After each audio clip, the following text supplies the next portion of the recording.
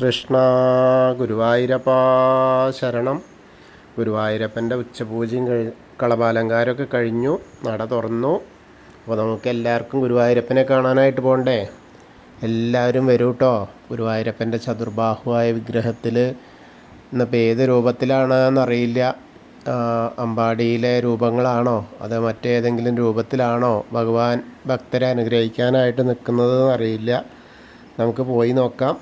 അങ്ങനെ വരുമ്പോൾ ആദ്യം തന്നെ കിഴക്കേ നടയിലുള്ള ആ മഞ്ജുളാലിനെ ഒന്ന് പ്രദർശനം ചെയ്യാം. അവിടെ വന്നിട്ട് ആ മഞ്ജുള വാരസ്യാരെയൊക്കെ ഒന്ന് സ്മരിച്ച് നമ്മളങ്ങനെ വന്ന് ആ മേൽപ്പത്തൂർ ഓഡിറ്റോറിയത്തിൻ്റെ പുറകെ വശത്തുള്ള അത്തിമര ഗണപതിയെ ഒന്ന് കണ്ട് തൊഴാം. വളരെ സുഖമായിട്ടുള്ള ദർശനം. അതൊക്കെ കഴിഞ്ഞ് നമ്മൾ നേരെ ഗോപുരവാതിൽ കടന്ന് അകത്തേക്ക് വരികയാണ്. അങ്ങനെ അകത്തേക്ക് വരുമ്പോൾ നമുക്ക് കാണാൻ പറ്റുന്നത് കൊടിമരം കാണാം, അതേപോലെ നടുക്ക് ഉള്ള വലിയ ബലിക്കല്ല് കാണാം. അതിൻ്റെ മുകളിലേക്ക് നോക്കിയാൽ ഗജരാജൻ കേശവൻ്റെ 2 കൊമ്പുകൾ, അതിങ്ങനെ സ്വർണം കെട്ടിയത്, അതിന് നടുക്കായിട്ട് ലക്ഷ്മി ദേവി അങ്ങനെ കണ്ട് പിന്നെ നമ്മൾ വാതിൽപ്പടി അങ്ങോട്ട് കയറുമ്പോൾ ഇടതേ ഭാഗത്തേക്ക് നോക്കിയാൽ ആ മേൽപ്പത്തൂരിൻ്റെ പീഠം കാണാം. അതേപോലെ ആ കടാവിളക്ക് ഇങ്ങനെ കത്തുന്ന കാണാം. അതേപോലെ വലതേ സൈഡിലുള്ള ആദ്യത്തെ തൂണ് നോക്കി നരസിംഹാവതാരം കാണിച്ചു കൊടുത്ത ആ തൂണ് നോക്കിയിട്ടൊന്ന് നരസിംഹസ്വാമിയെ സ്മരിക്കാം. അത് കഴിഞ്ഞ് ഭഗവാന്റെ ശ്രീലകത്തേക്ക് ഇങ്ങനെ നോക്കുക. ശ്രീലകത്തേക്ക് ഇങ്ങനെ നോക്കുമ്പോൾ വളരെ മനോഹരമായ കാഴ്ച. നിറയെ ദീപം, നിറദീപ പ്രൗഢിയിലാണ്. അങ്ങനെ നോക്കുമ്പോൾ വലിയ താമരയാണ് കേട്ടോ. ഇന്നലെയും താമരക്കണ്ണനാണ്, ഇന്നും ഇപ്പോൾ താമരക്കണ്ണൻ തന്നെയാണ്. നല്ല വലിയ താമര അങ്ങനെ കാണാണ്ട് അതിൻ്റെ മുകളിലിങ്ങനെ ഭഗവാന്റെ ആ കുഞ്ഞിക്കാലുകൾ ഇങ്ങനെ കാണാണ്ട് അതിങ്ങനെ പിണച്ച് വെച്ചിട്ടുണ്ട്. അതിൽ കാൽത്തളകൾ കാണാണ്ട്. അങ്ങനെ മുകളിലേക്ക് ഇങ്ങനെ നോക്കി വരുമ്പോൾ പട്ടുകോണ കൊടുത്തിട്ടുണ്ട്.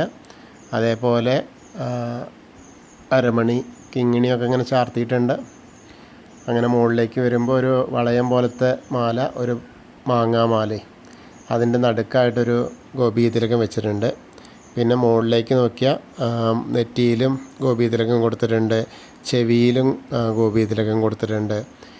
കൈവളകൾ കാണാണ്ട്, തോൾവളകൾ കാണാണ്ട്, പിന്നെ പീലി ഇങ്ങനെ കളവും കൊണ്ട് ചാർത്തിയിട്ടുണ്ട്. അതിന് കിരീടവും കളവും കൊണ്ട് ചാർത്തിയിട്ടുണ്ട്. പീലി തിരുമുടിയൊക്കെ കെട്ടിയിട്ടുണ്ട്. തിരുമുടിമാല 2 ഉണ്ട്. വെളുത്ത പൂവും തുളസിയായിട്ടുള്ളതും വെളുത്ത പൂവ് മാത്രമായിട്ടുള്ളതും അങ്ങനത്തെ 2 തിരുമുടിമാലയാണ്. 2 കയ്യിലും പൊന്നോടക്കുഴൽ വെച്ചിട്ട് ആ വേണുഗാനം പൊഴിക്കുകയാണ് കേട്ടോ. അതുതന്നെയാണ് ഇന്നലത്തെ അതേ രൂപം തന്നെ, വലിയ വ്യത്യാസമൊന്നുമില്ല. ഇന്നത്തെക്കാട്ടിലും കുറച്ച് ചെറിയ ഉണ്ണിയാണെന്ന് മാത്രം, വേറെ വ്യത്യാസങ്ങളൊന്നുമില്ല. പിന്നെ അതേപോലെ തിരുമുടിമാലകൾ, വലിയ ഉണ്ടമാലകൾ 2 അതെന്താ വെച്ചാൽ ഏകദേശം വനമാല പോലെ, തെച്ചി, തുളസി, വെളുത്ത പൂവ്, അങ്ങനെ തെച്ചിയും തുളസിയായിട്ടുള്ള അതേപോലെ, തെച്ചി കൂടുതലും തുളസി കുറച്ചുമായിട്ട്, അങ്ങനെയുള്ള ഒരു കാഴ്ചയാണ്.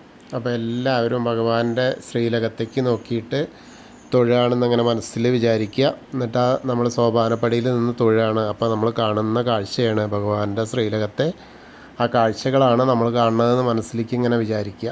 അപ്പോൾ നമുക്ക് ആ ഗുരുവായൂരപ്പൻ്റെ അനുഗ്രഹം നമ്മളിലേക്ക് എത്തും. നമ്മുടെ ആഗ്രഹങ്ങളൊക്കെ സഫലീകൃതമാകും. അത് കഴിഞ്ഞ് നമ്മളിങ്ങനെ അവിടുന്ന് സോപാനപ്പടിയിൽ നിന്ന് ഇറങ്ങിയിട്ട് അഗ്നികോളിലുള്ള ബലിക്കല്ല് നോക്കി തൊഴുത് തിടപ്പള്ളി നോക്കി തൊഴാം. അതേപോലെ ആലിലക്കണ്ണനെയും അതേപോലെ സപ്തമാതാക്കളെയൊക്കെ കണ്ട് തൊഴുത് ഗണേശൻ്റെ അടുത്തേക്ക് വരിക. ഗണേശൻ്റെ അടുത്ത് വരുമ്പോൾ ഇന്ന് കുറച്ചൊക്കെ തിരക്കുണ്ട്, എന്നാലും അവിടെ വന്ന് നമുക്ക് തൊഴാം. തൊഴുമ്പോൾ എന്താ വെച്ചാൽ കിരീടമൊക്കെ വെച്ചിട്ടുണ്ട്, അതേപോലെ പട്ടുടുപ്പിച്ചിട്ടുണ്ട്, നല്ല മാലകളുണ്ട്. കളഭം ഇങ്ങനെ മുഴുവൻ ചാർത്തിയിട്ടില്ല, മുഖം മാത്രം ചാർത്തിയിട്ടുണ്ട്. അപ്പോൾ ഗണേശനെ പ്രാർത്ഥിക്കുക കേട്ടോ. ഏകദന്തം മഹാകായം തപ്തകാഞ്ചന സന്നിഭം ലംബോദരം വിശാലാക്ഷം വന്ദേഹം ഗണനായകം. അത് കഴിഞ്ഞ് സരസ്വതി അറയിലേക്ക് നോക്കുക. ആ ഫോട്ടോ കാണാം, മാല കെട്ടിയതുണ്ട്, കടാവിളക്ക് കത്തുണ്ട്. സരസ്വതി നമസ്തുഭ്യം വരദേ കാമരൂപിണി വിദ്യാരംഭം കരിഷ്യാമി സിദ്ധിർഭവതു മേ സദാ. അങ്ങനെ വന്ന് ആ കോർണറിലെത്തിയ ചെറിയ ഗണേശനെ ഒന്ന് തൊട്ട് തലോടാം. പിന്നെ മത്സ്യം, കൂർമ്മ, വരാഹം, നരസിംഹം വരെയുള്ള രൂപങ്ങളൊക്കെ കണ്ട് മേൽശാന്തിര അവിടുന്ന് അർച്ചന പ്രസാദമൊക്കെ വാങ്ങാം. പിന്നീട് നമ്മൾ വാമനമൂർത്തിയെയും അതേപോലെ ഗജേന്ദ്ര മോക്ഷത്തിൻ്റെ ആ ഒരു ചിത്രവും അതേപോലെ ഗരുഡാരൂഢനായിരിക്കുന്ന മഹാവിഷ്ണുവിനെയൊക്കെ കണ്ട് ആനന്ദശായിയായ അനന്തപത്മനാഭൻ്റെ ആ കാൽച്ചുവട്ടിലെത്തിയിട്ട് നമുക്കിങ്ങനെ പ്രാർത്ഥിക്കാം. അപ്പോൾ ആ കാണുന്ന കാഴ്ച എന്താ വെച്ചാൽ നിറയെ പൂക്കളുണ്ട്. തുളസി പൂക്കളാണ് ധാരാളമായിട്ടുള്ളത്. അതേപോലെ വെളുത്ത പൂവുണ്ട്, പിന്നെ താമരയുണ്ട് കേട്ടോ. അങ്ങനെ അവിടെ തൊഴുത് നമ്മൾ ശ്രീകോവിലിൻ്റെ പുറകു വശത്ത് വന്ന് സാഷ്ടാംഗം നമസ്കരിക്കുക. നമസ്കാരമൊക്കെ കഴിഞ്ഞ് മുകളിലേക്ക് ഇങ്ങനെ നോക്കിയാൽ ഉഗ്രവീരമുള്ള നരസിംഹത്തിനെ കാണാം. അതേപോലെ ഭീഷ്മരെയും കണ്ട് ശരശയ്യയിൽ കിടക്കുന്ന ആ ഭീഷ്മരെയൊക്കെ കണ്ട് തൊഴുത് നമ്മൾ നേരെ വന്ന് ബാക്കിയുള്ള ദശാവതാര വിഗ്രഹങ്ങളൊക്കെ കാണാം. ശ്രീരാമചന്ദ്രനും ബലരാമനും ഭാർഗവരാമനെയൊക്കെ കണ്ട് തൊഴുത് നമ്മൾ നേരെ വന്ന് കണ്ണനെ കാണാം. അതേപോലെ മുരുകനെ കാണാം. അതേപോലെ ഹനുമാൻ സ്വാമിയുടെ അടുത്തേക്ക് വരിക. അവിടെ വരുമ്പോൾ ഇന്നിപ്പോൾ ഒന്നും കാര്യമായിട്ടൊന്നുമില്ല കേട്ടോ, ഒരു അലങ്കാരമായിട്ടില്ല. എന്നാലും നമുക്ക് തൊഴാം. എല്ലാവരും പ്രാർത്ഥിച്ചോളൂ കേട്ടോ. ത്വമസ്മിൻ കാര്യനിര്യാഗേ പ്രമാണം ഹരിസത്തമ ഹനുമാൻ യജ്ഞമാസ്തായ ദുഃഖക്ഷയകരോ ഭവ മനോജപം മാരുതതുല്യവേഗം ജിതേന്ദ്രിയം ബുദ്ധിമതാം വരിഷ്ഠം വാദാത്മജം വാനരയൂതമുഖ്യം ശ്രീരാമദൂതം ശിരസാ നമാമി. ബുദ്ധിർബലം യശോധൈര്യം നിർഭയത്വം അരോഗത അജാഡ്യം വാക്പടുത്വം ഹനുമസ്മരണാത് ഭവേത്. ഓം നമോ ഭഗവതേ ആഞ്ജനേയായ മഹാബലായ സ്വാഹ. അങ്ങനെ ഹനുമാൻ സ്വാമിയെ കണ്ട് തൊഴുത് ആ രാധാകൃഷ്ണ വിഗ്രഹവും കാളിയമർദ്ദന രൂപവും എണ്ണക്കണ്ണനെയൊക്കെ കണ്ട് തൊഴാം. പിന്നീട് നമ്മൾ ഓവിൻ്റെ അവിടെ വന്ന് പ്രാർത്ഥിക്കാം. അതിനുശേഷം തൊട്ടടുത്തുള്ള താമരക്കണ്ണനെ കണ്ട് തൊഴാം. കൽപ്പകവൃക്ഷത്തിൻ്റെ ചുവട്ടിലിരിക്കുന്ന താമരക്കണ്ണനെ കണ്ട് തൊഴുത് ഗ്രില്ലിൻ്റെ അപ്പുറത്തേക്ക് ഇങ്ങനെ നോക്കിയാൽ മണിക്കിണറും നൃത്താറയൊക്കെ കാണാം. നൃത്താറയിൽ കിടാവിളക്ക് ഇങ്ങനെ ഇരുന്ന് കത്തിന് കാണാം. പിന്നെ നമ്മൾ മുകളിലേക്ക് നേരെ കിഴക്ക് വശത്തേക്ക് നോക്കിക്കഴിഞ്ഞാൽ കൊടിമരം കണ്ട് തൊഴാം.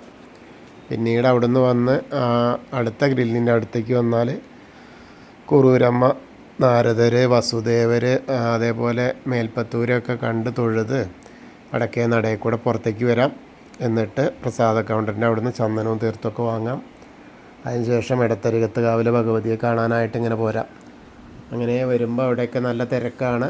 അങ്ങനെ അവിടുന്ന് ഇങ്ങനെ വന്ന് വരുമ്പോൾ നമുക്ക് കാണാനുള്ളത് നിറയെ പൂക്കളാണ് കേട്ടോ. ആകെ കാണാനുള്ള പൂക്കൾ മാലകൾ ഇങ്ങനെ ചാർത്തിയിട്ടാണ് കാണാനുള്ളത്. ചുവന്ന മാലകളുണ്ട്, താമര മാലകളുണ്ട്, പിന്നെ ഗോളകയാണ്, നല്ല നെക്ലസ് ഉണ്ട്, മഞ്ഞ പച്ച നെക്ലസ് ഉണ്ട്, ചുവന്ന നെക്ലസ് ഉണ്ട്. അതേപോലെ ശിവേലി വിഗ്രഹത്തിനും ഉണ്ട് അതേപോലത്തെ നിറയെ മാലകൾ ചാർത്തിയിട്ടുണ്ട്. അപ്പോൾ അമ്മയെ കണ്ട് പ്രാർത്ഥിക്കുക.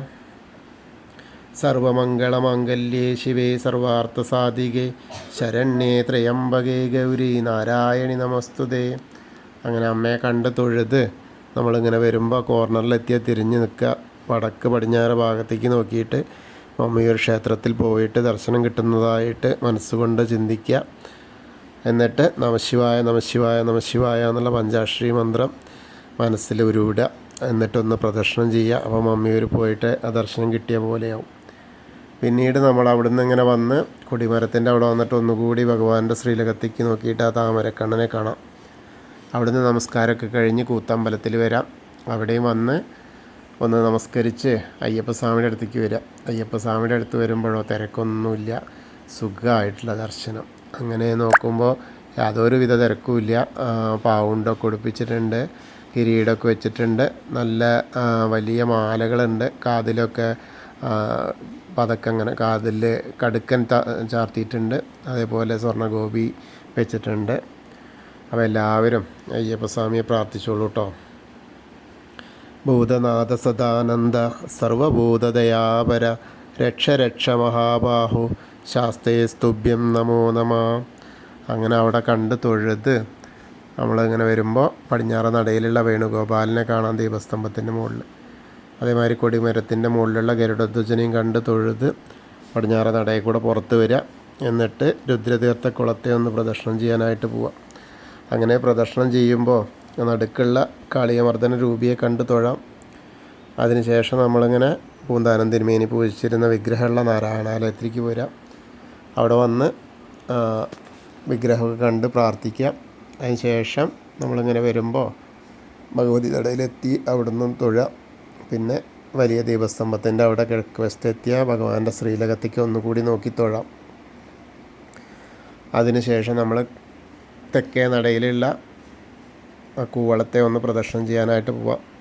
പ്രദക്ഷിണം ചെയ്യുമ്പോൾ മഹാദേവനും പാർവതീദേവിനും മനസ്സിൽ വിചാരിക്കുക.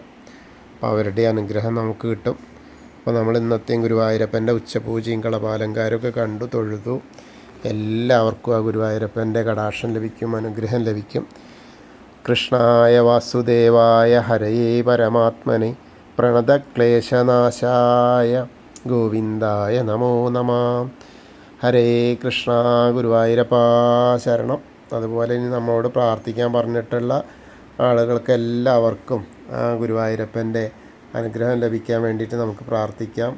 പ്രത്യേകമായിട്ട് പറഞ്ഞ ആളുകൾ ആതിരയുടെ വിവാഹം നടക്കാൻ വേണ്ടിയിട്ടാണ്. ഒരുപാട് പ്രാർത്ഥിച്ചു, നടന്നിട്ടില്ല എന്ന് പറയുന്നു. അപ്പോൾ നന്നായിട്ട് പ്രാർത്ഥിക്കുക, നിങ്ങളും നന്നായിട്ട് പ്രാർത്ഥിക്കുക, നമ്മളും പ്രാർത്ഥിക്കാം. അതുപോലെ അശ്വതി നക്ഷത്രം മാനസിക വൈകല്യമുള്ള കുട്ടിയാണ്. അപ്പോൾ ആ കുട്ടിക്ക് നല്ല ബുദ്ധിശക്തിയൊക്കെ കൊടുക്കാൻ വേണ്ടി പ്രാർത്ഥിക്കാൻ പറഞ്ഞിട്ടുണ്ട്. അതുപോലെ നമ്മോട് പറഞ്ഞ എല്ലാവർക്കും ആ ഗുരുവായൂരപ്പൻ്റെ കടാക്ഷത്താൽ അവരവർ ഉദ്ദേശിച്ച കാര്യങ്ങളൊക്കെ നടക്കട്ടെ എന്ന് കൂടി നമുക്ക് പ്രാർത്ഥിക്കാം. ഹരേ കൃഷ്ണ.